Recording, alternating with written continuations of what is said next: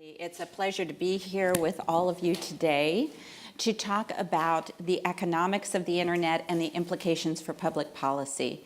And it shows just how nerdly all of us are that we get excited about this topic. But it's a great topic because it has a direct impact on, as a country, how we invest, how we deploy, how we deliver amazing new products and services to consumers. So I'm a Senior Industry and Innovation Fellow with the Georgetown Center for Business and Public Policy. I'm thrilled to be working with such brilliant people. I'm a former FCC Commissioner, a retired corporate executive, and currently Special Counsel with Wilkinson Barker Knauer. This topic, from a global leadership perspective, matters a lot. And to look at the internet in isolation without really appreciating the economics of investing and building the internet is a mistake, I think, because what you fail to appreciate is that that investment directly has repercussions for innovation, privacy practices, future job growth, and the environment. And yet we sometimes forget to pay attention to the intersection of economics with public policy. Luckily for you, today, we're incredibly fortunate to have some of the brightest and best scholars and practitioners with us here today who are going to provide a framework for this discussion. So there'll be 4 brief presentations to help inform the debate and the dialogue, and then we'll have time for Q&A. So our first presenter is John Mayo. He is the founder and executive director of the Center for Business and Public Policy, a professor of economics, PhD in economics. He has written numerous articles on economics and the law and public policy, which is kind of an intersection that you see discussed mostly in a city like Washington, D.C., but I think has implications globally. He's been a visiting scholar at both UC Berkeley and Stanford, has been chief economist for the U.S. Senate Small Business Committee, served as an advisor and consultant to both public and private agendas. He has written numerous articles on these topics, and he's the founder and executive director of the Center for Business and Public Policy, and a very cool person. So we're very, very fortunate to have John with us today, and he's going to start out with a presentation.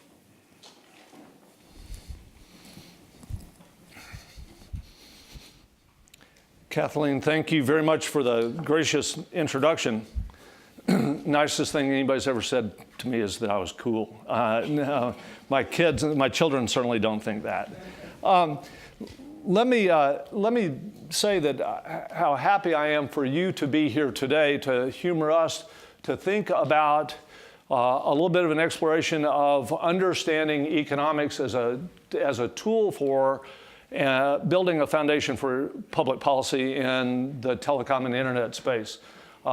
This is, needless to say, a big, growing, and complex area.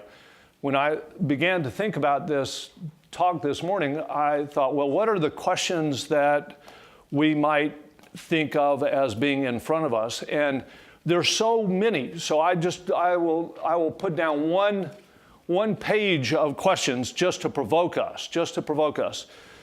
Question number 1, what policies might ensure access to and the deployment and use of the internet? It's the old universal service question for telecom, but it now applies to internet and broadband. Is the internet and its broadband really the infrastructure stimulant that we attributed railroads and interstate highways to in days gone by? And if so, what role should the government play in promoting that? Obviously, people wonder about and debate whether we should regulate the price level or the pricing models of internet service providers, ISPs. We also worry about increasingly whether so-called edge providers of internet service, of content, for instance, might harm economic welfare in an anti-competitive sense or some other sense, and should we do anything about that in a public policy domain? And what might a legislative solution look like? So there are a raft of questions. This is just the beginning of these. Now, often when you think about big, complex areas like this, you run into a situation where there's a dearth of information to answer the questions. That is absolutely not the case when we turn to the internet. There's arguably too many sources. So for instance, we could listen to the masses. You can just go down outside the FCC on any given day practically and listen to some folks with some banners tell you precisely what we should do about internet policy. You could alternatively, and I have to not just pick on other folks, I'll pick on my own profession, you could listen to a bunch of economic theorists. So I thought, well, when I thought about this talk, I thought, well, let me just type in the words, tutorial on internet economics, and see what somebody else has done. Well, this is what I got. That's what came back from my own profession. I don't know about you, but that doesn't exactly clear it up for me. But at the end of this guy's talk, they have an answer. Now, the question is, can you really trust how they get to these answers? I think you have to be very cautious about this. We also could go listen to your favorite political party, all right? Now, notice that political rhetoric here is sort of complemented by things like save to kittens. We've reduced a serious, growing substantive policy debate into memes. And if you then think about the rhetoric, the actual rhetoric coming from the policy domain and the political domain, you get quotes. Here it says from a political party, the survival of the internet as we know it is at risk. The internet's free market needs to be free and open to all ideas. Without net neutrality, the internet as we know it ends. It's just that simple. We've said yes to a free and open internet. And so you get these clear answers. The problem is the clear answer in the first two cases were offered by the GOP in its Republican platform in 2016. And the last quote, which you thought was probably part of the same quote, came from Senator Ron Wyden, who is a leading advocate from the Democratic Party for net neutrality. So everybody has got this appeal to these lofty goals, the lofty goals. But what I want to do is to provide and hopefully stimulate some thinking in another domain. The other domain is to think about using economics, to use economics as a platform for understanding the policy tensions in this area to allow you and policymakers in general to smartly address how we get to a solution, not just that we conveniently place a solution in our head. So the things that economists care about, I'll tell you how we get to where we are. How we get to where we are is, from an economic domain, is to think about things that matter to consumers and to society. What matters might be output, prices, quality, innovation, investment, competition. Those things are real. Those are things that arguably consumers care about.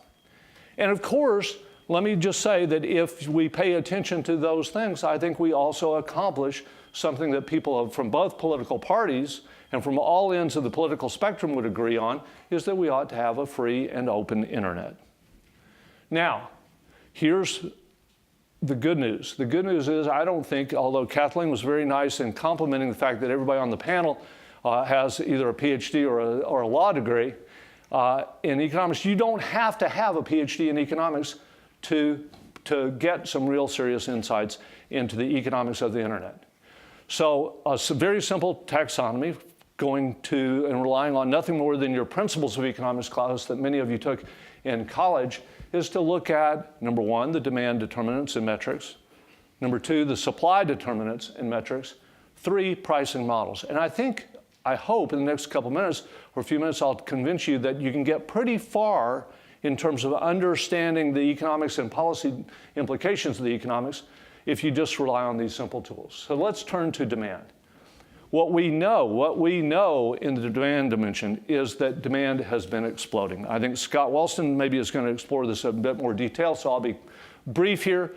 But if you look at Cisco's forecast for the period we are currently in, it projects that global IP traffic is going to grow at a cumulative average growth rate of 24% per year. That's really fast, really fast. If you bore down to the firms, to the firm level, to Google, to YouTube, you can see that Google today has 3.5 billion searches a day. YouTube has 5 billion videos watched every day. That's a lot of demand. If you look at the year-to-year growth, I'll be quick about this. Amazon, the light blue is the annual the revenues growing exponentially for Amazon. If you go to Netflix, it's the same picture, 93 million streaming members, 125 million hours of entertainment a day, growing exponentially. Demand is exploding. Facebook growth, very, very rapid. If you look at mobile data consumption has grown 35-fold just since 2010. So there's no real controversy that demand is growing very rapidly. Now this is a picture that I am compelled to put up, mainly because it gives me a chance to advertise for a paper that Professor Macker, Jeff Macker, and I wrote together with Glenn Warwick and Olga Ukaneva at Georgetown and Berkeley. This is a chart that looks at the connectivity of Americans, not on an annual basis or a monthly basis, for a wire into their home, which is the way we traditionally have measured universal service, but this looks at how connected we are over the course of the day. So you see, beginning at midnight, going throughout the day, how connected we are to the internet and to the ability to place telephone calls and receive telephone calls through the combination of wireline access and mobile access. So today, for instance, you all are away from your homes. Many of you may still have, some of you do not have, a landline telephone service. But let me ask you this. How many, by show of hands, how many people have access, if I said right now, could you get access right now sitting in your seat to the internet? How many people could that? All right, does anybody cannot do that? All right, 0. All right, so it's 100% in this room. Over the course of a typical day, it averages 92% across all Americans. That's pretty pervasive in terms of connectivity. Okay, on supply, and again, I'll be very quick about this. Supply can happen through any number of technologies, through wireline, wireless, or satellite.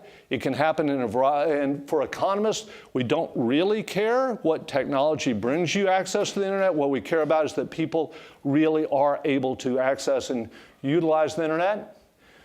There are other important indicators on the supply side. I think if you look at the future capacity, we want to keep our eye on the ball of what's happening with investment. It's absolutely critical because it will take hundreds of billions of dollars of investment to keep up with that demand. Spectrum deployment is critically important for the future. And let me mention 2 things that I won't be able to talk about very much at all today, but competition is also important for supply, right? And if you might here, replace the word rivalry with the word competition. Because if firms are rivalrous, if Comcast wants to steal Verizon's business, if AT&T wants to steal Comcast business, then you get a willingness and propensity to expand, and that's really critically important. And finally, and we don't have the luxury of time to bore in on this, but even if you've got a rich, robust supply response generally, there's going to be some heterogeneity, and you might expect that the supply response is going to be quite different in rural and tribal areas than it would be in urban areas. Just a quick picture to give you a snippet of what this looks like. If you look at the blue chart over time, this goes from 2012 to 2016, the latest data from the FCC, which were published in February, which, by the way, was about the time that we were going to have this event originally before the event was snowed out. Thanks for those of you who were originally going to come to the event that was snowed out and we're back now. But notice that internet deployment at 25 megabits per second download has grown from 80% to roughly 93% in just that short amount of time. The red chart shows the ability of our deployment of mobile 4G LTE at 5 megabits per second or greater, that now gets up to 99%, and collectively, we're at basically everybody in America being able to get either one of those two collectively. All right, let me turn to pricing very quickly. And here, I'm going to just jump out with 3 statements that I hope you'll accept, and I think they wind up taking us reasonably far in terms of understanding foundations for policy. 3 pricing principles. Number 1, it is efficient and arguably fair, arguably equitable, that consumers pay for the costs that they impose on society for consuming a good or service. In terms of the design of public policy, it's efficient and equitable, fair, for consumers to pay the cost that they impose on society for consuming good or service. Number two, pricing freedom ordinarily allocates resources more effectively or efficiently than alternative mechanisms such as regulation. And there's a couple things that are important here to note. One is, I said, ordinarily, not always. The discipline of economics does not indicate that this will always happen, but it will ordinarily happen. So it puts a little onus on us to look at whether there are market failures that might conflict with that principle or not. But beginning in at least 1999, since 1999, this has been a guiding principle of internet policy with some hiccups along the way. Third point, the fundamental purpose of pricing in the economy, including the internet, is to send signals to consumers. That's a good thing. All right, take you back to principles of economics. Here's supply curve and demand curve, think internet. And what have I made the case for? I made the case that demand is growing very rapidly. There's a price, an equilibrium price and quantity. What happens if demand shifts? We know demand is growing very, very rapidly. What's going to happen to price? You know that the new equilibrium price goes up to P prime. That's not good for society. It's not good for consumers to the extent that we don't like high prices. So how, in a public policy context, are we going to solve that? It really requires that we think very seriously about supply, about how to encourage supply to get that equilibrium price down. Now, let me just take a couple minutes, and I'll be brief here on the rhetoric of a free and open internet. By open, let's say that open might mean that it's open, that consumers have access to all legal content. But what do we mean by free? Here I want to suggest that the word free has been sloppily used to mean a variety of different things. Free could mean free in the sense of no out-of-pocket cost. My app to check the traffic was free that I used that. I didn't have to pay for it. But free can be complicated. If you get free shipping, you don't have the luxury of having the property right of taking a free shipping on a pair of shoes you ordered on the internet and transferring that to no, I'd like that, my free shipping to apply to the automobile I bought that's got to come in from California. So we use free shipping rather loosely there. BOGOF, buy one, get one free. You don't have the luxury of getting the second one for free without really buying the first. And then there's the opportunity cost of consumption. Scott Wolfson has done a wonderful paper on what we are not doing while we are on the internet. So there's an opportunity cost of that. And then there is one more wrinkle, and I'll just take the last few minutes and describe this, which is the world of two-sided markets. A one-sided market is simple. I have an apple, and I want to sell you an apple. And Carol and Brandon might give me $1 for the apple. I give her the apple, she gives me $1, we shake hands and go away, and everybody's happy. It's a one-sided market. In the case of many goods, including the internet, we have two-sided markets. What we know in one-sided markets is the price that I sell that apple for in a competitive market is going to be driven to the marginal cost of providing apples. That's what we know. Now, a two-sided market is one in which there's a platform that sits between us that provides value to both the buyer and the seller. That's what a two-sided market is. Newspapers are an example, credit cards are an example, the internet is an example.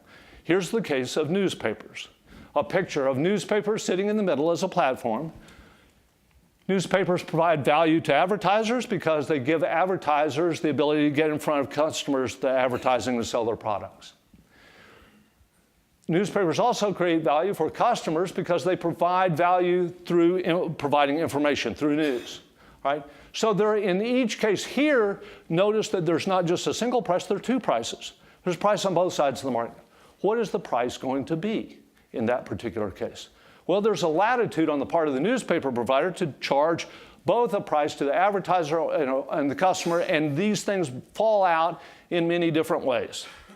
In the case of many goods, they charge, our newspapers, they oftentimes charge a price, positive price to advertisers and a positive price to consumers. But in the little local newspaper in Georgetown, I think it's called the Georgetowner, the price to consumers is 0, and the price to advertisers is positive.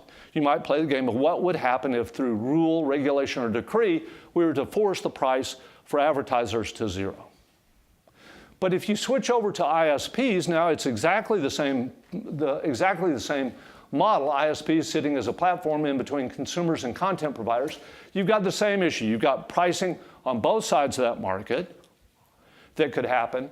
And here you have to ask the question, it's been kicked around for the last several years now, does it really, can we make a compelling case or not that economic welfare is, if it's set, you can ask the question, does it improve economic welfare to set the price by regulation to 0 on one side of the market, for instance, for content providers?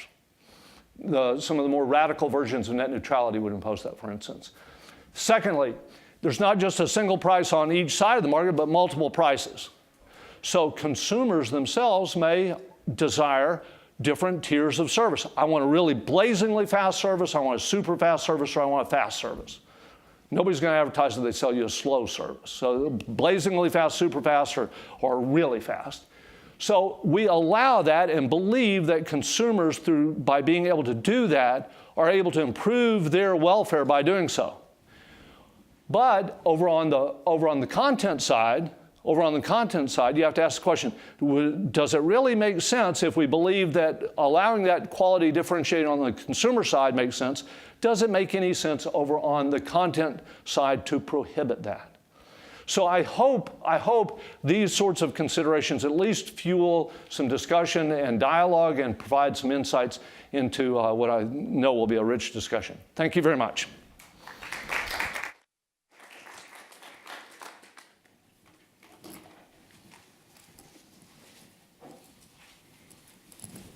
Thank you, John. Okay, so keep all that in mind. There will be a quiz at the end. And the most important question is, did you think ahead and buy stock in Amazon and Netflix like 3-4 years ago? I did not. But the numbers are dramatic, and the framework in which John provides it gives you a flavor for the rest of the conversation we're going to have today. And John is being followed by Jonathan Cantor. He is a partner in the antitrust group at the Paul Weiss law firm, where, not surprisingly, he's focused on antitrust, M&A litigation, and advising clients in media, technology, advertising, and content industries. We're fortunate to have Jonathan here to take these very complex legal and economic issues and discuss how they're impacted by public policy. If you look at his and read the extensive bio on him, you'd see that he previously worked at the U.S. Federal Trade Commission's Bureau of Competition. So he has the government stint to help inform his perspective. And he also has published numerous industry articles and is recognized as one of the nation's top antitrust lawyers. So we're very fortunate to have you here today to help educate us on this topic. Thank you.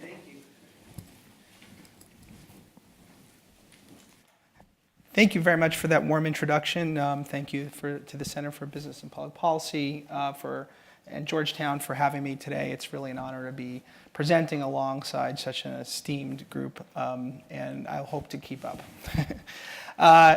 So I want to talk a little bit about the ad tech pipeline. John's slides were actually a perfect opening for my discussion because he talked about newspapers. So let's start with newspapers. And one of the things that you're going to see, or at least that I've observed, and I've actually got an interesting graphic, but you can see newspapers used to have two central business models. One would be to sell newspapers, right? Yeah, either through at the newsstand or through a subscription where they deliver it on your doorstep, and then sell advertising. Newspapers used to make a lot of money from advertising, and then things went online. And so online actually helped in some ways, and if you look at growth of number of people who are viewing content from news publishers, it goes up like that. Pretty exciting. But what's happened to the advertising? It's gone like that. And so the question is why? Why is more traffic resulting in less money from advertising? More views should, equate to more money. And so one of the things I want to talk about is why when we're dealing with the internet, we're talking about scale, and we're talking about marketplaces that don't resemble offline. But the selection here of the graphic is by design. They really resemble more of commodities exchanges or securities exchanges and financial markets. And that's how ads are bought and sold online, and we're going to walk through that a little bit today. So first, some statistics. Again, different publications cite different data, but this is directionally where things are heading, and I think something that a lot of people now are starting to appreciate. First is 73%, roughly, of all US digital ad revenue goes to 2 companies. It's a pretty amazing statistic if you think about it. Imagine if that were the case offline, 30 years ago, where 2 companies had, all the TV revenue in the whole country. That would be a cause for concern. 83% of ad revenue growth now is also going to those same 2 companies. So what does that mean? That means their power is going to continue to rise. And so why? Why are they so big? Why are they consuming so much ad revenue when there's more content than ever available and more advertising opportunities than ever? Well, first is the obvious, right? We all know Google and Facebook, and we use their products. And so their ads on search, their ads on YouTube, and Waze, and Gmail, products that Google owns. And same thing on Facebook, right? You see ads on your Facebook or Instagram or WhatsApp. And that is accounting for a substantial chunk of the numbers we just saw. But there's more than that. A lot of that money, especially when it comes to Google, is not just coming from advertising that you sell in your own products, but it's coming from advertising that's sold all over the internet. So what does that mean? So that means when I go to CNN or I go to the Wall Street Journal or the New York Times, there's a lot of technology, pipes and plumbing that goes into selling that advertising. And those pipes and plumbing, or in this case what we call ad tech, is operated in large part by Google. There are some smaller players there as well. And what it's doing is creating marketplaces for advertising. And so let's think about how advertising has evolved online. So first, we used to have a world in which the online advertising resembled offline. Okay, so you'd have a website and you'd try to make your content as interesting as possible in order to attract visitors. Then you'd have a sales force, and they would go out and talk to potential advertisers and say, oh, can you buy 5,000 page views a month, and let's have a contract, and then someone would visit the website and the ads would appear. And that was fine. It created revenue. It allowed for a transition, but also to some degree, it had problems, right? It didn't translate so well into the online environment. Why? Well, it was time consuming, right? You had to hire a lot of sales force. There are a lot more impressions, meaning there's a lot more content than ever available in a magazine or a newspaper. And so what you had is a lot of stuff going unsold, and then it would be packaged up and sold for pennies on the dollar. You didn't take advantage of what the internet had to offer in terms of targeting, meaning that people can see ads that are relevant to them. And it's difficult to measure the effectiveness of ads, which is something that the internet should be able to help solve. So things changed. And the way I think about it is people used to buy content, right? They used to buy a newspaper. They used to buy a TV show. They used to buy a magazine, like Time magazine. But now you don't buy content. You buy audience. You buy people, right? And so I almost don't, if I'm an advertiser, I rarely know where my ads are showing up. I just know that I am buying people who are likely to want to see my ad. And therefore, so I might be saying, I don't necessarily want to buy Time magazine. I want to buy Kathleen. And I want to buy her 5 times. I don't want to buy her 6, because if she starts seeing it too much, she's going to ignore it. But I want to buy her 5 times, and I want to make sure I'm not advertising on really bad, unsavory sites. But for everything else, so long as I'm buying someone who meets the criteria, because I know a lot about Kathleen, and I know she's very valuable because of her browsing history, because of what she does on her devices, because of offline data that I've purchased, now I can buy that. And so what happens is the advertiser no longer has that direct relationship with the publisher. The advertiser has a direct relationship with an intermediary, a platform that's gathering lots of different people, lots of audience, slicing and dicing it into different demographics, or selling people off individually based on what you know about them, and then auctioning them off. And so what happens is that intermediary starts to take more and more of the rents, and they capture more and more of the value. And because you need to do this at scale, and you need massive amounts of users and visitors in order to create a liquid marketplace, it's not the kind of thing you can really do on your own. And it's the kind of market where it's prone to very strong positive feedback effects. So programmatic advertising, which is a phrase you may have heard, and ad tech is the pipes and plumbing that make this possible. It's the technology that enables the buying and selling, much like a commodities exchange. So what I wanted to do quickly is walk through at a very high level how this ecosystem works, the different pieces of the supply chain, and it's complicated. And funny, I mean, when I started working in this space, I remember talking to the CEO of a prominent player in the market, and what he was saying is, well, there's a lot of different terminology and acronyms, and one of the problems we have as an industry is even those of us who are in it, or who CEOs in this case, don't even know what it means and use the same terms to describe different things. And so it's opaque. But the one thing I do want you to think about is not the traditional advertising model where I have a sales force selling space on a page. Think about financial exchanges. Think about a commodities exchange. So I'm going to roam here. If you can't hear me, let me know. Well, I've got my roaming mic. So how does this work? Let's kind of walk through the anatomy of a sale here. So someone hits a website. We're going to use Kathleen because she's so nice and she's sitting right here. And so we can humanize this a little bit. She visits a website. The website has to say, OK, who's visiting me? OK, I know it's Kathleen. How do I know that? Well, I see a cookie, or I see an ad ID. I see an IP address, something that helps me identify her. And then I want to figure out what I know about her.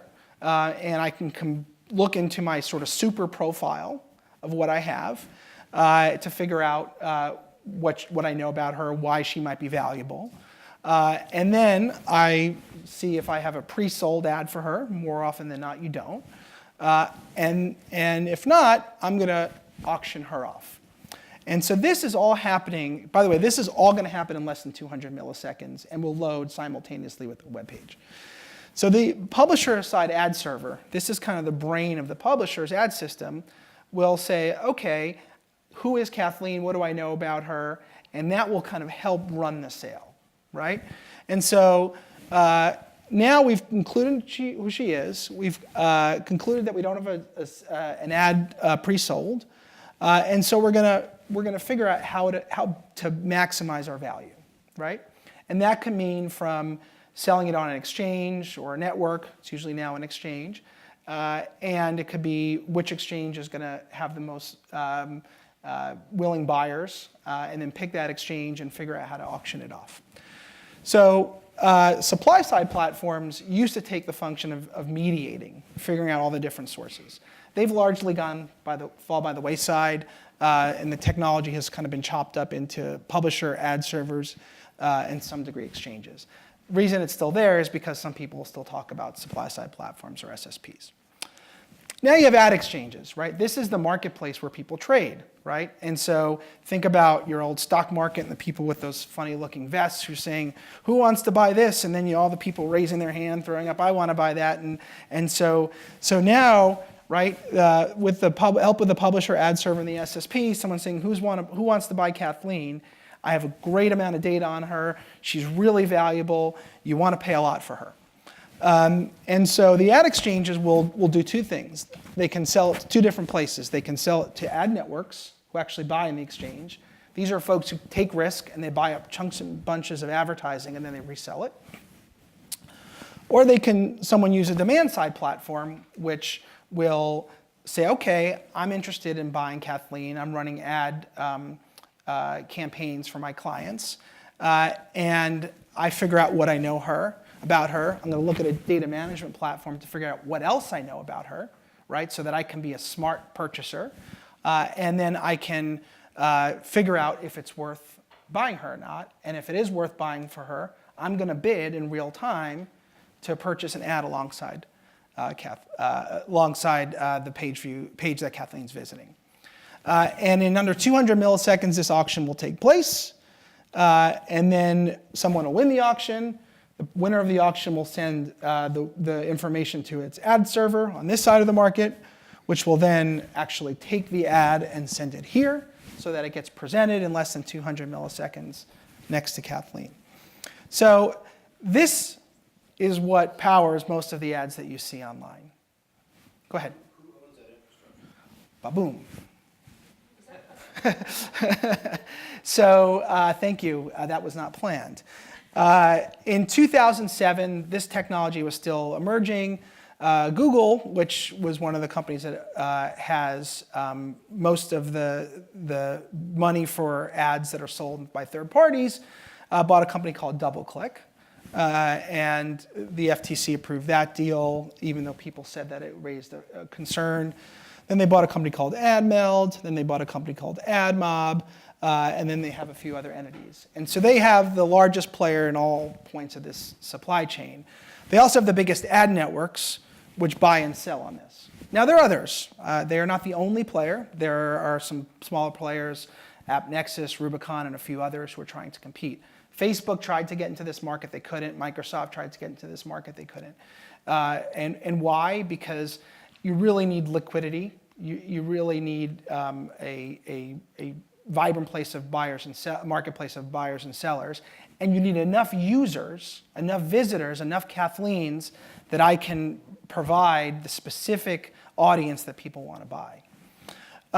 And one of the concerns that's been raised, and I won't weigh in on whether they're valid or not, but I think they have been raised quite a bit, is whether if you take the model that we have for commodities exchange and you applied it to this, and you had one company that owned or help sell, help people buy, own the exchange, and then bought and sold on that same exchange, there would be certain policy considerations that come up.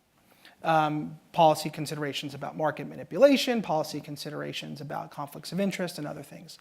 And I say this because it's important to understand, this is what's powering the free content on the internet. And as more and more folks who create content are dependent on advertising rather than subscription revenue or direct revenue from user, they're essentially going to have to rely on this ecosystem.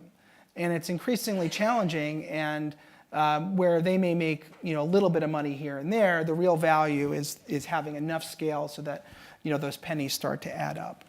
It also raises legitimate questions and about, well, how should you treat integration? How should you treat, for example, if one company were to say, we're going to give our exchange the ability to bid preference bidding on inventory that comes. So they can bid on Kathleen first, or they can have a system that biases in favor of their own properties before others. Or should there be open bidding for all of the different exchanges so that publishers can maximize their revenue? These are the kinds of questions that are coming up. But the thing that I find most remarkable is how difficult it is, frankly, for people who are users of the internet to appreciate the ecosystem that is involved in selling impressions. And it's really complicated, but it's really important that we understand that, because if you go back to John's slides and try to understand the economics of the internet, this is in large part what is powering the development and creation of content, not just for web pages viewed inside of browsers, but for ads inside of apps. Anything that is ad supported in whole or in part is relying on an ecosystem just like this. So I'm going to leave it there and then turn it over.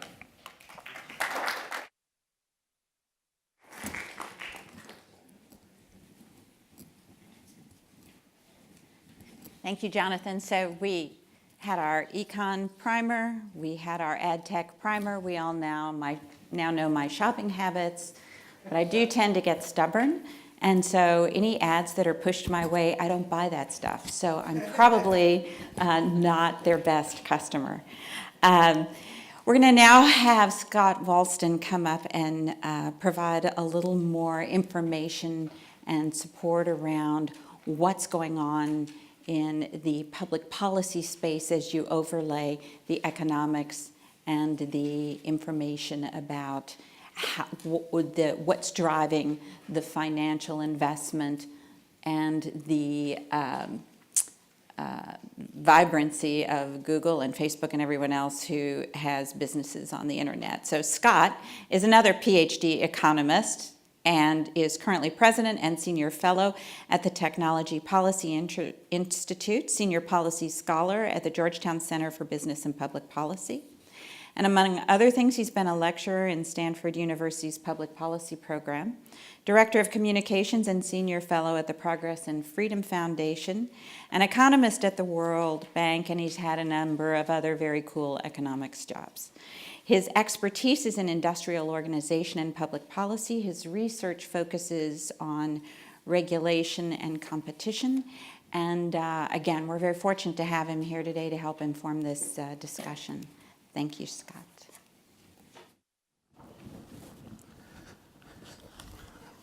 Thank you, Kathleen. And thanks, John, for inviting me.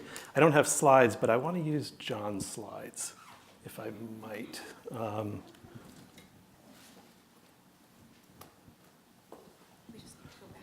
Yeah, I think I got it. But you can tell that that John is a distinguished and experienced professor by the way he started his talk. I don't know if you caught it, but the first thing he said was, "When I began to think about this talk this morning." So,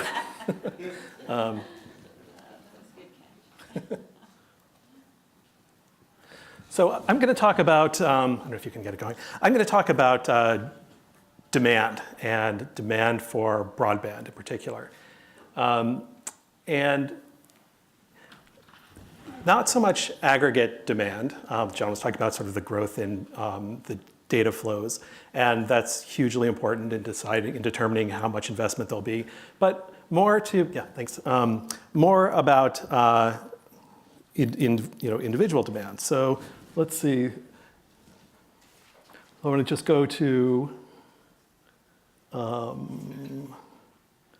two things. Okay. First, so I'm going to be talking about, John talked about how important it was to understand supply. I'm going to talk about another part of it, the demand. Economists know only two things, supply and demand, so I'll talk about half of what we know. And then, why it's important to focus on demand. How much are you willing to pay to access the internet? How valuable is it to you? And it's important to study this for a couple of reasons.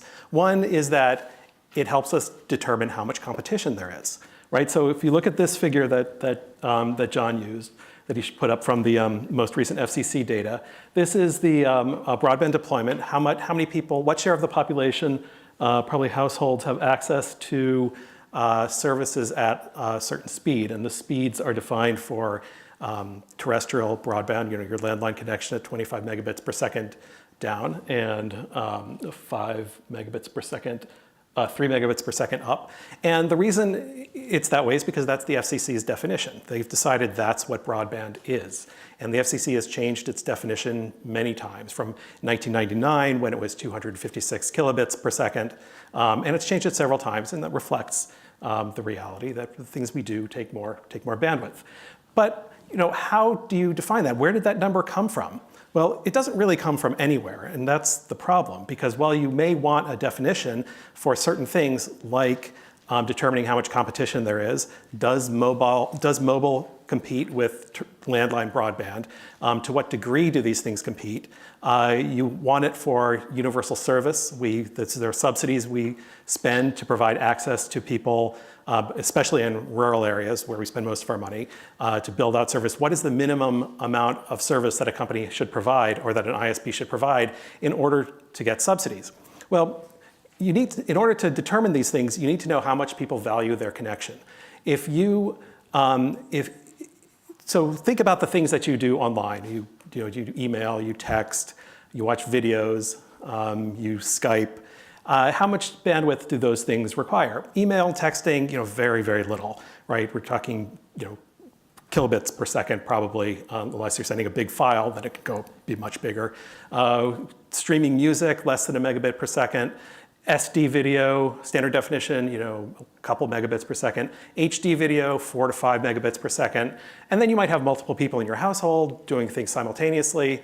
And so we need to know what the typical person values. Because if you focus, say, for example, on promoting gigabit connections, which was what you hear people talking about all the time. We need gigabit, this, gigabit, that.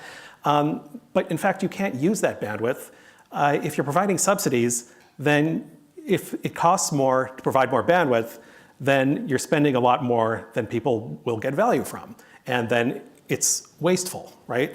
And so to determine the policies that you want to use, the right policies for these things, you want to have some idea of how much people value their broadband. And there's very little on this, actually. So I'm going to talk about a paper that I did recently with Jeff Prince at Indiana University. And we tried to determine how much people value broadband speed and data caps. And the reason for that is that demand on that picture, you saw it as one line, it's actually, it's a function of many things, right? We think of it as just a function of speed, but then when you think about what speed is, we think of it in terms of bandwidth, but that's only part of speed. That's sort of the throughput. Then there's also other things like latency, which is how long it takes a bit to travel from your computer to a server and back, basically. And depending on what you do, you care about different things. If you're sending huge files, you do care about bandwidth. If you're a gamer, you don't care about bandwidth so much as you care about latency, because when you push the button, you want your character to do whatever it was you set it to do instantly.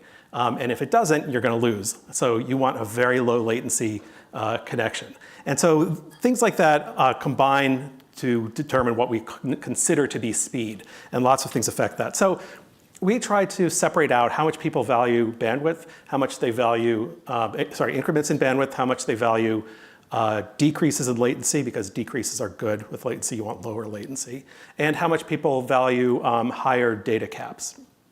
And what we found is, really it's not especially surprising, but people highly value increases in speed up to around 50 megabits per second. And then it starts to level off. And going from 100 megabits per second to a gigabit per second, almost no incremental value. People just aren't willing to pay more to go from 100 megabits per second to a gigabit. That makes sense. You can't do anything with a gigabit right now. So why would you want to pay for it? And the focus that we have on higher speeds and gigabit, it's a combination of policymakers somehow thinking that faster must be better always, regardless of the cost, and companies use it in their advertising. They talk about blazing fast connections, and they think that and they want to push people to buy faster speeds because they think people will pay more, and so these things sort of work together to kind of a general sense that more is always better, and it's not necessarily the case. The other thing we found was that people do value lower latency, and to go from, say, satellite level latency, so satellite broadband, which is available everywhere in the country, has higher latency, takes longer for a packet to make a round trip because it's just far away. It's in orbit. There's nothing you can do about that except possibly, people talk about these low Earth orbit satellites now, and that might make a difference. But to go from satellite level latency to terrestrial level latency, people were willing to pay about $8 a month. So people do value lower latency. Whether you think that's high or low is a different question. So one way in which this affects policy immediately is in universal service. So like I said, we spend most of our universal service funds on rural areas. And there's an auction coming up. We're beginning to use auctions to subsidize firms. Firms say, I need X dollars to provide service in this area, and whoever asks for the least amount of money for a given area will get a subsidy. And in an upcoming auction, they are beginning to incorporate these aspects of demand in part. So instead of just bidding for an area, your bid creates a score, and your score is based on how much money you ask for, how much bandwidth you're willing to provide, and the latency. And they set up these tiers. And in fact, the tiers that they set for the different bandwidth levels match our estimates pretty well. I'd like to be able to say that the FCC did something really stupid and it was based on nothing, but in fact, it matched what we did nicely, sort of how they valued one tier relative to another. But they put a penalty on latency that's much higher than our estimates suggest, about 5 times higher. So there should be a penalty on latency because people value lower latency. But it's pretty clear that in this case, it was just a satellite penalty. They really don't want subsidies to go to satellite providers. So they're getting there to be base these things on partly on demand, but not completely. So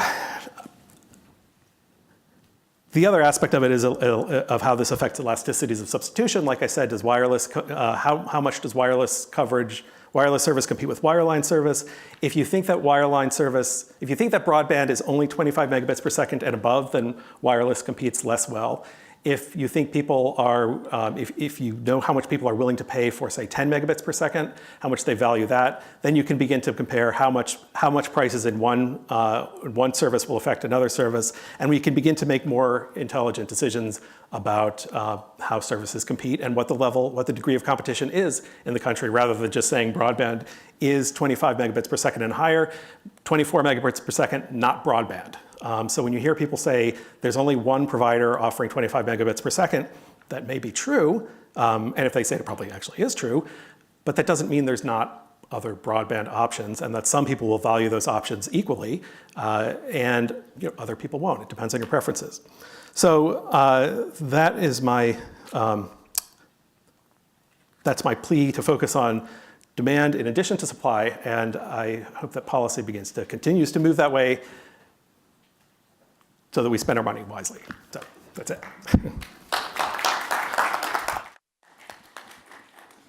Thank you, Scott. And now our wrap-up presenter is Robert Hahn, and our last of the PhD economists. He's the director of economics and a professor at the Smith School of Enterprise and Environment at the University of Oxford. He's senior policy scholar at the Georgetown Center for Business and Public Policy, an associate at Newfield College, and a Robert Schuman Fellow at the European University's European University Institute. I think that's in Florence, Italy. That's a good gig. From 1999 to 2008, he served as the director of the AEI Brookings Joint Center. He's a leader in policy research in law and economics, regulation, and antitrust. And he also worked for the President's Council of Economic Advisors, served on the faculties of Harvard and Carnegie Mellon. He writes and publishes numerous articles on very complex topics. And basically, he is incredibly smart, has been spending a great deal of time thinking about these complex topics, and he's our wrap-up in the presentations today. Thank you.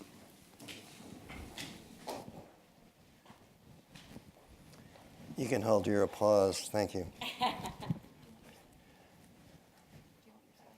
Yes, please. Kathleen, I just wanted to know if we could get that on YouTube for my parents. Yes, actually, this will be on a feed. So, not to be outdone by Professor Walston, I prepared one slide today.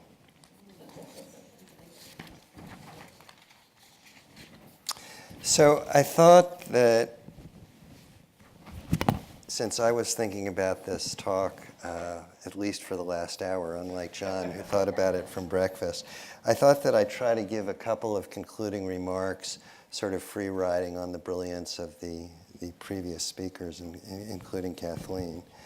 I wanted to thank the Georgetown Center for Business and Public Policy for hosting this event, and also John for his leadership over the years and his friendship as well, and also what I hope will be wise counsel on getting a knee replacement, which I will be interested in shortly as well. There's a saying about academics, of which many of us are on the panel, that we don't know very much, but what we do know, we keep repeating. And I think if nothing else, you'll find that today. I think Professor Mayo and Professor Walston did a great job sort of characterizing the economics of the internet in 10 minutes or less. And I will try to draw my own, or give you my own spin on that. And I learned a lot, Jonathan, from your presentation about the importance of understanding the nuts and bolts of technology in thinking about, one, how this industry is structured, and two, if you were going to intervene in some of these markets, how you might think about doing that. So let me offer a few takeaways, both for my parents and the audience at large. The first is the internet economics can be pretty complicated. You know, if you think back to those of you who had the pleasure or privilege of suffering through Econ 1, we had a lemonade stand there, or a person who wanted to sell widgets, and it was all pretty simple. It was sort of, John, it was your example of the apple. You know, I've got this apple here, does anyone want to buy it? And the internet has a lot of complicated dimensions. I think Jonathan pointed that out very clearly in his slide about advertising. And one of the dimensions that's really important is when you get a platform going, you get these buyers and sellers, there can be economies of scale, what we call externalities on both sides, that are frequently beneficial. So you can end up with very large groups of users using things like Facebook, which I don't use, much to my wife's and children's chagrin, and Google. A second point that I've gleaned is that the stakes here are huge. Just the other day, I did a little calculation that suggested Amazon's market cap was approaching $1 trillion, something on the order of $750 billion. And e-commerce, which was just a glimmer in people's eyes when I wrote a paper on it 10 or 15 years ago now, is a pretty big deal. And people get a lot of value from the internet. I'll ask Professor Walston to tell you exactly how much value to 2 significant digits, but I think we all use it a lot, and it suggests that we get value. Now moving sort of to what we do for a living, or what we economists do for a living, is I think we need to be very mindful of internet economics in crafting policies. Now, I would say that because that's my business. I get paid for teaching and things like that, and I'll have more to say about that in a few minutes. But I want to draw on a few themes, some of which have been developed today and some of which haven't.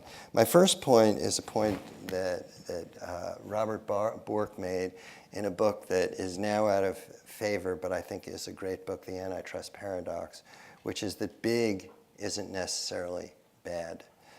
We get a lot of benefits from firms like Google, from firms like Amazon, from firms like Facebook, and Microsoft and so forth. And it doesn't mean, however, that large firms should get a pass. I mean, you know, many people would argue to the contrary. Because these firms are large, we should be very mindful that they don't abuse what is sometimes in antitrust parlance called their dominant position. And my 2 distinguished colleagues have written exhaustively on that, as did one of their predecessors, Joseph Schumpeter, who talked about creative destruction and the conditions under which you might observe innovation in markets, which will be a central feature of the kinds of public policies that many of you as decision makers are going to have to be thinking about if you're crafting rules and legislation. My second point, I'm not sure, I guess I use this thing. I'm technologically challenged, I apologize. How do I do this? Probably goes the other way. My second point will warm the cockles of any economist's heart, and that is that incentives matter. They matter for investment. Ultimately, they matter for innovation, the kinds of products that we consumers might see in the marketplace and might want. And that's why, for example, John had some great vignettes on net neutrality. Many of us have written about net neutrality, but if firms are allowed to charge for better quality of service, I believe that they're likely to invest more in the basic infrastructure of the internet, at least those firms who are allowed to charge more for that. If firms are allowed to charge differentially when the internet is congested, than when it's not. I think that's not necessarily a bad thing. In the environmental area, for example, we have the polluter pays principle. We also think about, in the context of some highways, being able to charge more when the highway is congested during rush hour. So under some conditions, that can give appropriate price signals, and John talked a lot about the importance of price signals, as did people like Hayek, for allocating resources efficiently. We want to be able to think about giving firms that flexibility to charge more or to charge people more when you have congested, when you have a peak demand for a resource. A third point, which hasn't been talked about today, but which I think is really important in the context of public policy. Oops, I'm going the wrong way again. Oops. This is that we want to think about a framework for conducting public policy. And as those of you who know me, I kind of like the benefit cost framework. Now, we can argue about what should be included in benefits and what should be included in costs. And I kind of like to go back to John's supply and demand diagram to sort of frame that. But I think it's a very useful context in which to begin to think about public policy. I think it's also very important, especially in this town, to think about policy frameworks that don't necessarily change when administrations change. So there was a well-known paper done by some of Scott's colleagues out at Stanford that talked about the costs of policy uncertainty and policy instability, and showed that it was associated, instability was associated with lower levels of economic growth. So if you're thinking about legislation, you might want to put legislation in place that goes back to the economic fundamentals and says, before you do a policy, you need to think carefully about the benefits and costs, and you want the benefits ideally to outweigh the costs, or in simple language at the dinner table, you want to do more good than harm.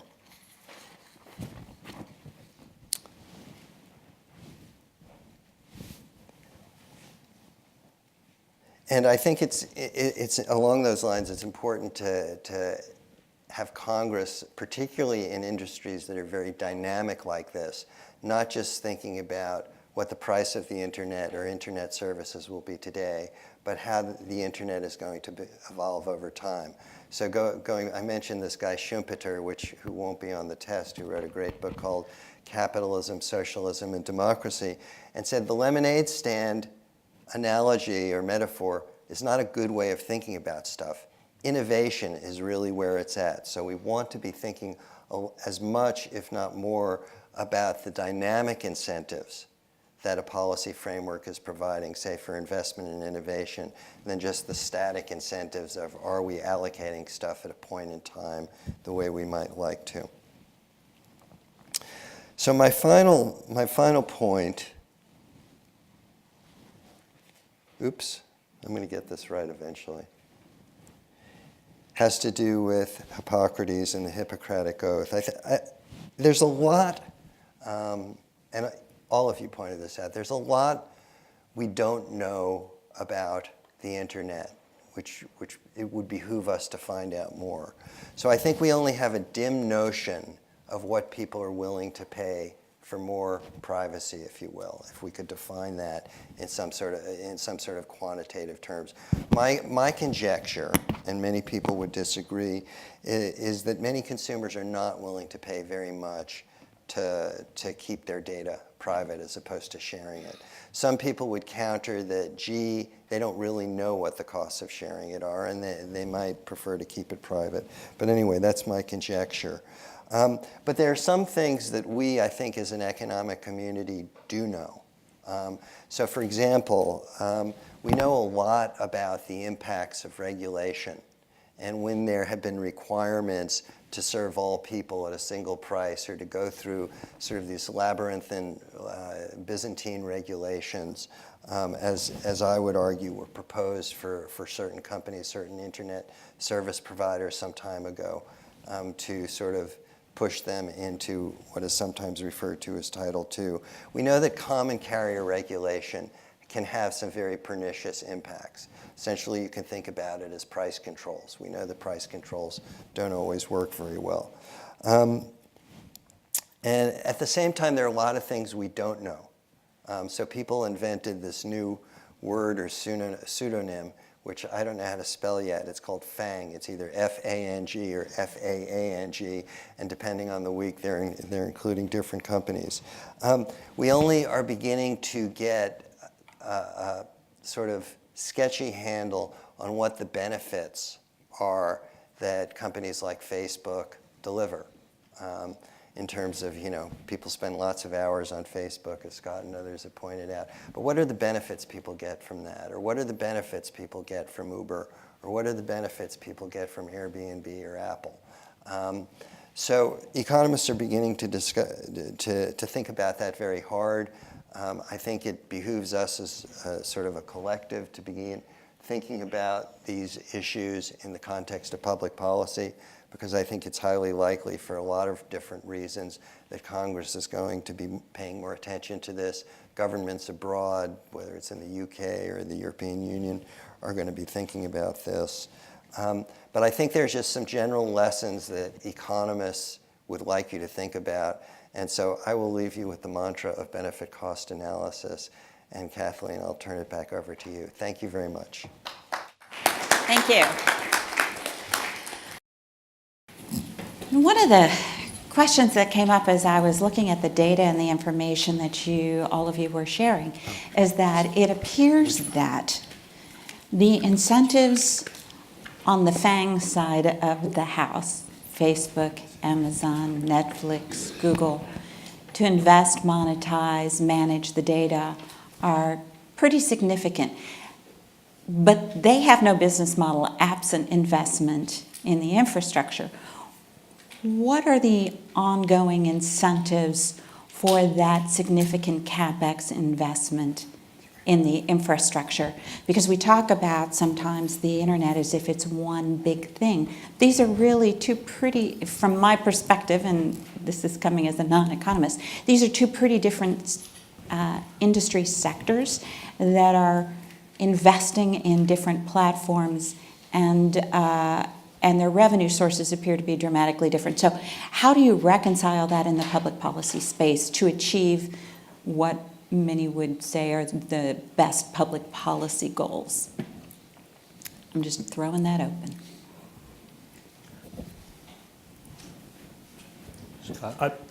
Sure. I thought you were going to start with a two-sided market comment, but I mean, yeah, I mean, it's a good question, and often in policy, the FANG companies are put in opposition to the ISPs, and they certainly do disagree on a large number of issues, but they're also pretty symbiotic. And to the extent that the FANG companies offer more services, the more demand there is for the network, and then in principle, the more people are willing to pay, which I was talking about, to connect to those services. So this, But then it's the two-sided market thing comes into play, because I'm not sure that the non-FANG companies have that two-sided market thing going. You mean the other content in companies? the sense that, assume no content, assume you're just a pipe. Uh-huh. You're getting your money from a customer base, and you don't have the two-sided. How does that? This sounds a little like a net neutrality question. But yes and no. I think it's more complicated than but it is. I mean, that's Yeah. part of it, which is, when John put up the two-sided market example, the thing that makes it particularly a two-sided market was, if you can remember his slide, it had the sort of the edge on one side and consumers on the other, and there were arrows, two lines with two arrowheads on each side, and with a P and a question mark. It was the question mark that makes it, I think, the two-sided market, right? Otherwise, everything's a two-sided market. A supermarket's a two-sided market because the people who are selling their food go to put it on the supermarket platform, but that's not true because the supermarket goes out and buys the stuff and puts it on the shelf. In this case, we don't know which way exactly the value always flows. It doesn't necessarily always flow in one direction. So just in setting aside all the debates about net neutrality, in theory, there's no reason why payment can only flow in one direction, or that there should be no payment. We just don't know. In some cases, it might be that the ISP would pay the provider. The edge company. In some cases, you might have an edge company that wants to pay an ISP. And just in theory, with this two-sided market, there's no reason to believe one or the other. And so I think part of the question is, what happens when one decides that P on the left-hand side doesn't have a question mark, but has a period, or maybe just an equals 0, which is what net neutrality is. What happens then? And then it can mess with the incentives. Yeah. Anybody else? I agree with Scott's thinking, and just to underscore his observation about the symbiotic nature of the relationship between the so-called FANG companies and ISPs. Ordinarily, what you would like to see is what the FCC referred to as a virtuous cycle, that consumers demand content, that the FANG companies provide new and innovative services, that the ISPs, it creates more demand for services, the ISPs collect revenues for that, they have an incentive to invest to create that supply, and everybody goes away happy. I think the key policy questions are what sorts of interventions in this market can demonstrably be shown to improve on that set of incentives that exist. Well, as a recovering regulator, I will say that you have to tend to look at the companies as saying to you, all I really want is my fair regulatory advantage. And so I think that is sometimes what we see is how can you, through advocacy on public policy points, create a regulatory benefit for your company versus your competitors, because let's face it, everybody's going after market share. But it did appear, based on the conversation, Jonathan, that the sophistication of the use of the data by the FANG companies is head and shoulders above what anyone else out there. Yeah, and the economics of the marketplace are far more complex than I think people appreciate, right? And so, the more audience is being, sold, then the more incentive you have to, drive or generate audience at scale. But this is true in all of these markets. Just look at, for example, Amazon and shipping, right? One of the reasons, it's really expensive to ship things in a day. If you can predict demand for a product, then you can have it sitting in a warehouse that's 10 miles away, so that when you order it, they already know you're going to order it, or someone was going to order it, and therefore it doesn't have to travel across the country. Those are models that work at enormous scale. The same thing with selling data as part of marketplaces and selling audience for advertising. And so what you're going to have is a small number of companies that are consuming a large portion of the infrastructure, because in order for those models to work, they have to be highly dependent on huge volume. And so it becomes an interesting problem. I just want to comment on a very personal level. I was so impressed by your talk in terms of the ability to target ads, but some of you will know that I'm an avid fly fisherman, and I recently bought a pair of fishing waders, which typically last about 15 years under ordinary circumstances. It was so let me just suggest that the algorithms aren't always just right. After I purchased the set of waders, I've been inundated with waders advertisements. So at the very moment, I will not buy any more waders. You're being stubborn. Do we have questions from the audience? Yes, Karen. Carolyn Brandon, Georgetown. So as you guys were talking about incentives, to me, it seems like there's two different categories of incentives that you're being blurred here. There's the question I think you're asking, which is, what impacts the incentives to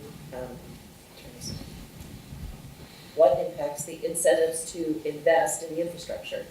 But then there's a separate, I think, set of incentives in, Jonathan, what you were talking about, which is what is the incentive to, protect, and, we can all discuss what protect means, but what is the incentive to protect information about your customers? And to me, those are two different issues and might have two very, very different incentives. And I would imagine that understanding both sets of those incentives is critical given the way in which the ISPs and, say, Google and Facebook are ever more competing directly against each other.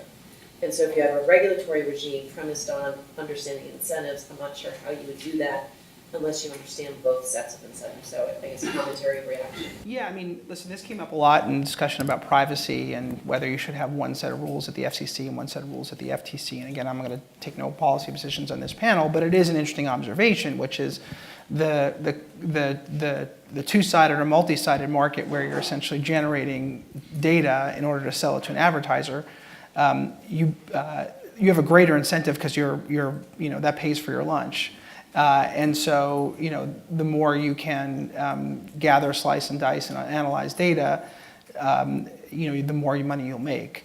That's different from perhaps a company, and I'm not saying one way or the other whether this is true for the ISPs, but if you're generating information to improve your product and teach your product, that's a different set of incentives. And they're powerful in both regards, but I think it is important to understand how the economics of each of these companies function, and then think about that from a policy perspective. And it applies not just to privacy, but it provides data protection. It applies to antitrust and the spectrum as a whole. Any other comments on that? I'll just add one thing. I think when we just like with anything else, when we're thinking about issues of data protection and privacy, we want to think through all of the consequences of different rules first. So like people seem to think that in general it would be a good thing if companies couldn't share data or sell data. I shouldn't say that as if that's a generally thought thing. It's one of the debates. But if you wanted to make sure that companies could keep whatever market shares they have now, that incumbents could stay incumbents, you would make it impossible for anyone to have data that could compete with them, right? So it might sound like a good thing, but in fact, you would just be sort of helping to entrench the companies that you think have lots of information about you now.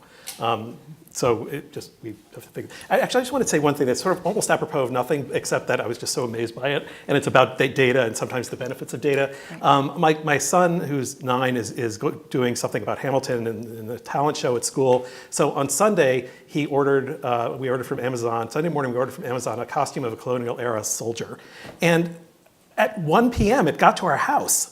I mean, in what era can you order something that obscure and have a supply chain management that it then shows up at your house instantly? Washington, D.C. It's unbelievable. Anyway, sorry. It's fascinating. And that they have the data to have the analysis, to know the products to have at this particular location Exactly. versus their other locations across the country. It's incredible. Compete against that. Right? Yes. Well, And so, exactly. So this has, wide-ranging implications. Again, some are good, some are bad, some are ambiguous, but it's important to understand all of those implications when thinking about policy positions. Yes, ma'am. So I'm Rosalind Layton with American Enterprise Institute, and thanks for a great panel. I would like to respond to some things that Robert and Scott had said, and would love to get your thoughts. You had talked about, doing no harm in regulation, and then also the concerns of, we have limited resources, we don't want to waste them. And it strikes me that in many ways our FCC policy, which has focused on speeds, has been extremely harmful and wasteful, particularly for the people in rural areas and for poor people, in many respects, because we expect them to pay the full cost of the infrastructure to a large extent. Scott, as you're observing, when you're looking at these speed requirements, and broadband has to be a certain speed, as you pointed out, they're very different uses of the internet. So what's socially valuable, you can deliver on a low speed, health information and SMS, very basic. You don't need to have a high speed, but it could be, let's say, job application, a bus schedule. But what's maybe privately valuable, video entertainment, for example, you might need more bandwidth. So it would seem to me that the economics should say that those things that are just discretionary, for example, entertainment, should have more flexible price, that we should put the onus on the providers of entertainment to, you can actually do a lot to say, encode the data so it can be delivered more efficiently, and doesn't have to take as much bandwidth. But the policy we've adopted basically takes this brute force approach, requiring internet service providers to pay the full cost, which they pass on to their consumers, instead of using this polluters pays principle. If you're going to deliver, you're going to use a lot of bandwidth, you should have an incentive to encode it more efficiently or take the engineering steps so that it takes up less bandwidth and uses less cost. But it seems to me that whole economic discussion has been removed from removed from a lot of the telecom policy we have, that it just bottom line is speed, which says it becomes a technological choice. You have to have only certain kind of technologies. And unfortunately, that has hurt rural areas because it's more expensive to deploy certain kind of networks. So I'm just curious about your thoughts on that kind of an economic analysis about the engineering incentives and who should bear the cost. And there are better ways perhaps to do things more efficiently, but if it's all about you have to have this speed, then you don't have the flexibility to solve the problem in different ways. So I'll answer this question from 30,000 feet, and let me start by saying I think I agree with you completely. The question I would be asking is, what problem are we trying to solve by supplying rural parts of the United States or elsewhere, or people in need, broadband? And if the answer is they don't have enough income to pay for it, the zeroth order solution might be to provide some kind of voucher and then let the market figure things out. If you absolutely want to have service in some place that is not very densely populated, then Scott and John and others have written about reverse auctions and things like that, which I think are good ideas. But I totally agree with you, sort of hearkening back to Ronald Coase. You need to figure out what people are willing to pay by having them have some skin in the game or actually pay for it. And so having them pay for various kinds of services and not treating speed as sort of this holy grail is a good point. Yeah, and you make the point that these policies may have ultimately hurt rural areas by preventing possibly more build out because you couldn't get subsidies for things less than some amount. And I mean, and I agree with you, as you know, but I mean, part of it though is of course the political economy of universal service and rural funding for rural universal service is not, I would say the point of it is not to build out rural broadband, it's to give money to rural telephone companies and who are incredibly good at making sure that nothing ever changes. So, I mean, we have thousands of telephone companies and they exist because of this program. And a program which is funded by taxes on telephone service, which means that poor people pay into the fund and then it goes out to rural areas. I mean, and that's partly why the money that supports rural areas is so much bigger than the fund that helps poor people, right? I mean, there are problems with the Lifeline program, but the rural program has far more support, and it's for those political reasons. And I can jump in a little bit, having retired from Frontier Communications, which served rural markets, and probably has more, I think the rural population they serve is larger than all of the other rural telcos combined, but not access to the funding. Now, historically, you've got all these challenges because of the way the USF works. These small companies won't be rolled up, because if you roll them up, then you lose the USF support. And it's a huge problem. And I think one of the things that the FCC can do is to accept that there are probably other better technologies for delivering broadband to these rural markets, even with latency, than to continue to invest in high cost infrastructure that probably is not the highest and best use of a limited set of funds for deploying broadband. We can take one more question. Yes, sir. So I have two questions. One for everybody and one for Jonathan. For everybody, I was hoping you could give sort of a historical, maybe longitudinal perspective on the growth of these networks and speeds, starting with, twisted copper to fiber to and landline, starting from 1G, 2G, 3G, all the mobile. This has happened. So what are the incentives? Like, why did these providers start building out in advance of the advanced services that were going to come? How did that happen? You talk about incentives. Well, it's already happened. We've seen these things change and grow and expand. There's got to be a lesson there or two for the future, right? So that's for everybody. Second question for Jonathan about the ad tech. About a decade ago, a TV executive said he didn't want to swap analog dollars for digital pennies, right? Because when you go to TV, you buy a 30-second ad, it costs a few $1 million, whatever, you hit the whole country on some, and then when you slice and dice it, theoretically speaking, you're not just treating everybody the same, you can target the ads at the computers in the way that your ad slide suggested.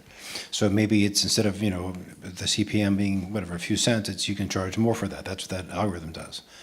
So, and yet the revenues keep falling. So why is that? Is it because you're slicing and dicing into such small groups that the increased revenue from the targeting doesn't make up for it? Why is the overall revenue falling when it should sort of balance out if you can target that way? Okay, so I'll just quickly start with why did they keep investing, and certainly at my company, because if you didn't increase your speeds competitively, you were at a disadvantage, and the revenues you would receive from broadband were much more significant than the revenues you would receive if it was merely a voice call. They paid for internet, and then, yes, and then they would pay for speeds. But basically it was, if the pipe could only deliver a voice call, you couldn't monetize it. If the pipe can deliver all this other amazing stuff, then people would pay more for it. Well, also, people are willing to pay a lot to get up to a certain level. Correct. And so, yeah. Yeah. Oh, I'm sorry. Well, no, there was, so you wanted a historical, longitudinal description from everybody on the panel, right? No, you can't do that. 'Cause No, but it's